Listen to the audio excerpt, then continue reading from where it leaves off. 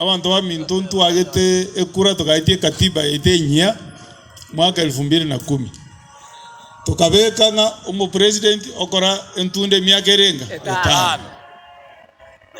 Miaka yu 5 na isa ine to kolire liyo yokolire buya tumuirani oyo kolire buya bobe tomotomai inka.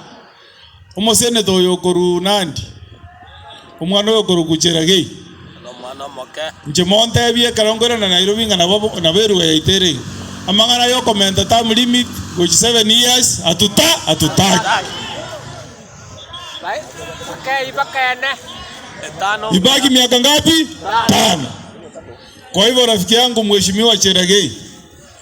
Nikiwa nako kweli atalini. Samson Cheragei. Mimi nazungumza sasa hivi.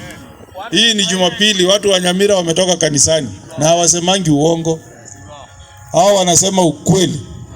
Nimewauliza, nimezungumza na wao na wanasema wewe ni kijana mdogo na wanakupenda, wanakuombea uendelee na uongozi mbele. Lakini hii maneno ya kusema unataka kuongeza term limit mpaka miaka 7, hapo umepotea kijana, umepotea. Si hapo umepotea? Hapo umepotea Cheragei. Kama ungekuwa kijana unasikia, kwa sababu mimi ni senior council. Kama ungekuwa unasikia vizuri, ingefika siku ya Jumanne wewe uje pale seneti utuambie kwamba huo mswada umeondoa.